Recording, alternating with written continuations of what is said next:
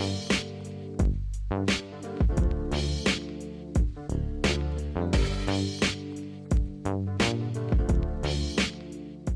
hey there, dweebs. Welcome back to another installment of Preview Review. And since it is October, wouldn't you know it, we have another horror movie to take a look at today.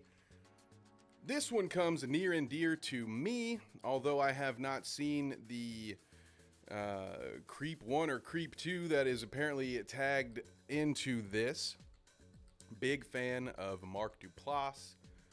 Loved The League when it came out, and he has been doing some really cool stuff, he and his brother both, ever since then. Tons of projects. I know they were involved with Netflix for a while. So let's check this out. This is a Shudder project coming out on November 15th. Sorry, a series, a horror series. My apologies. Check. Rolling. I know this whole setup There's our boy. is a little awkward. Some guy, I pay you $1,000 to come all the way out here and film me. Anybody home? So I want to be 100% honest with you about something. Hey, where's your car? I can get a little... in the moment.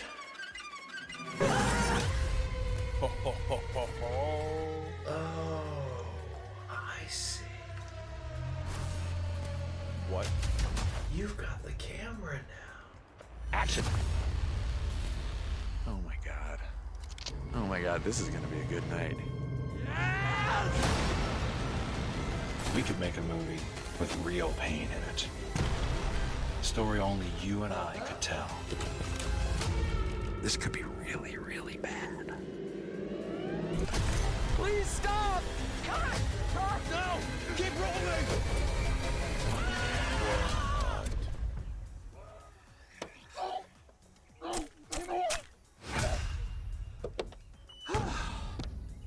Sorry about that. Oh, I love that. What was I saying? Oh, that is great. My goodness, the Creep tapes. Good night. Coming to Shudder on November 15th. We're going to roll that back. Don't worry. Whoo-wee, gang.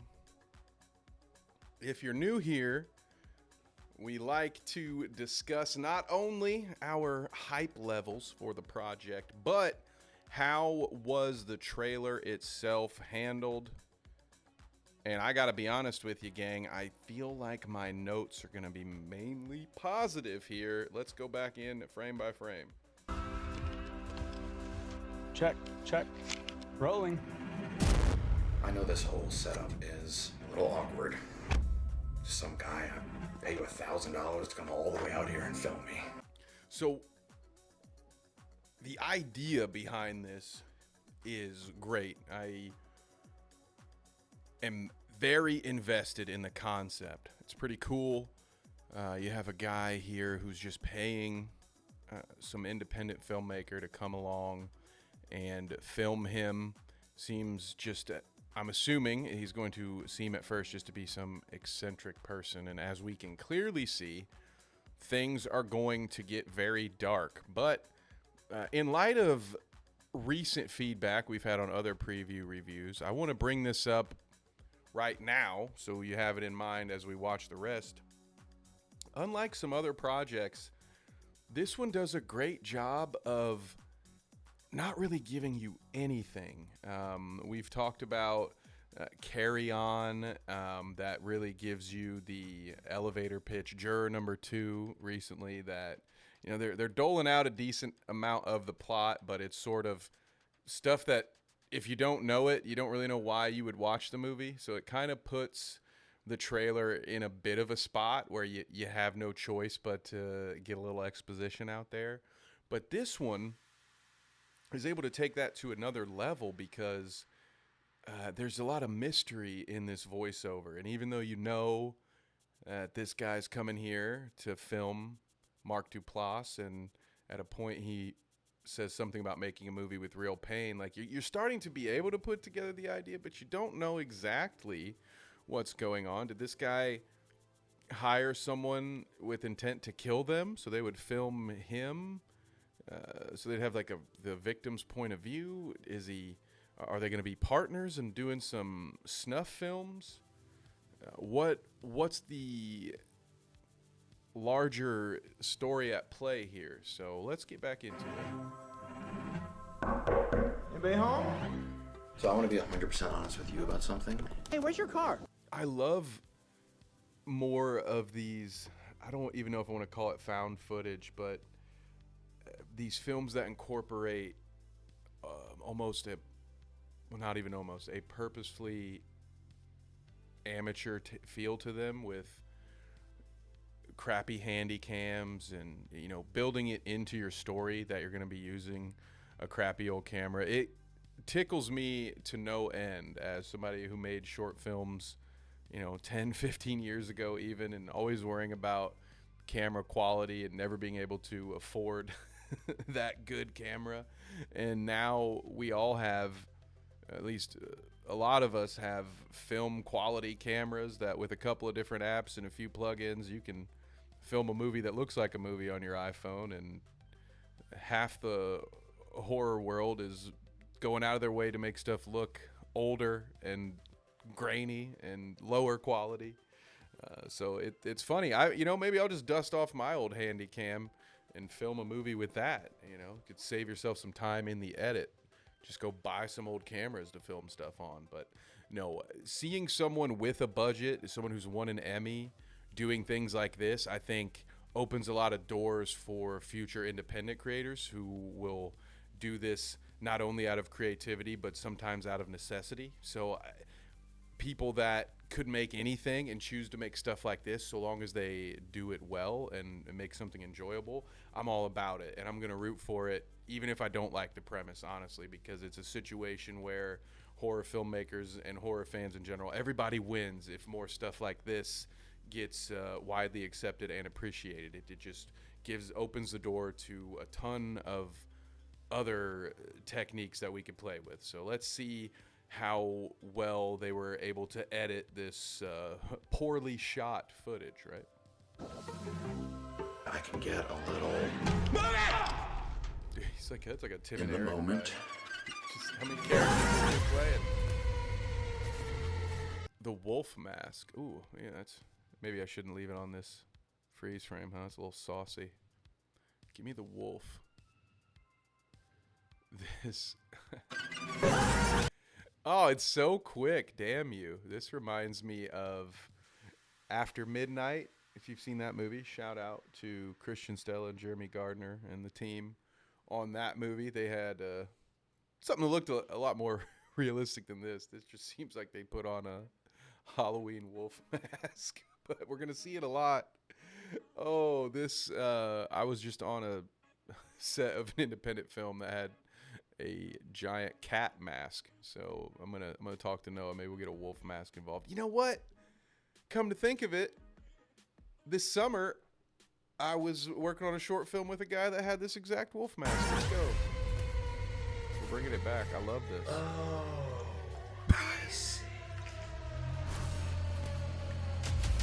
You've got the camera now. Action. You've got the camera now. See, this is not normally a place for theory craft, but clearly I'm enjoying this because I'm getting off topic a lot. But it seems like whoever he's brought in might be a little too into this weirdness. Oh my god. Oh my god, this is gonna be a good night. We could make a movie with real pain in it. And I don't think that was the Mark character with the axe here. Oh, it was. Okay. Yeah. All right. Let's get back to where we were. A story only you and I could tell. That mustache. This could be really, really bad. Please stop! Cut! No! Keep rolling! That was Mark's voice that said no, keep rolling. I'm just helping you guys out who haven't watched the leak. I love this.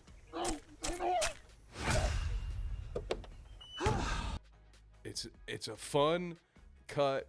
It's a good edit, and this is something for us amateurs out here. It's such a cool idea. Anytime you can do something cool without having to spend a ton of money and time on a bunch of fake blood and fake organs and entrails, any of that stuff, when you can keep the gore to a minimum and do something that still is cool to experience, I think this is the peak of the trailer, which is why it's here right Sorry at the about end. that. What was I saying? Chef's Kiss, gang, November 15th on Shudder. Go check it out. I've spent a lot of time rambling and side chattering. Forgive me as I reminisced about horror masks. Sorry about that. We'll tighten it up for next time, I promise. But let me know your thoughts on this series and the trailer in general in the comments. I, for one, will be watching this, and I have a feeling I'm going to want to talk to all of you about it. So get ready. The horror corner is essentially going to become its own room at some point. I just get a feeling we're going to be spending a lot more time talking about cool horror content, and I have not begun to explore the depths of Shudder. So we've got plenty more to check out.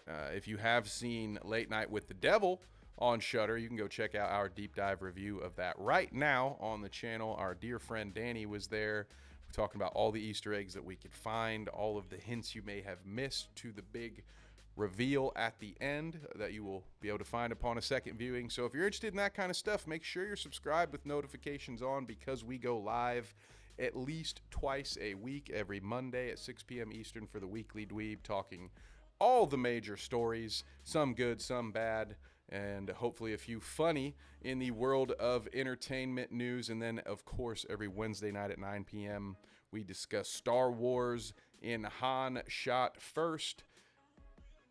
Not to be forgotten, fellow DC and Marvel lovers can come watch Agatha and Oz as we talk about the Penguin and Agatha all along. But as you can see here, you're on one. We have plenty of other videos in here. It's not just live shows, so please give us a follow if that's your thing. And let us know how you feel in the comments. You can join the Dweeb Discord to suggest shows to us. We would love to hear from you. But in the meantime, have a great rest of your day. Thank you so much for being here, especially if you're here all the way through all of the pitches and promos at the end. You're a real one.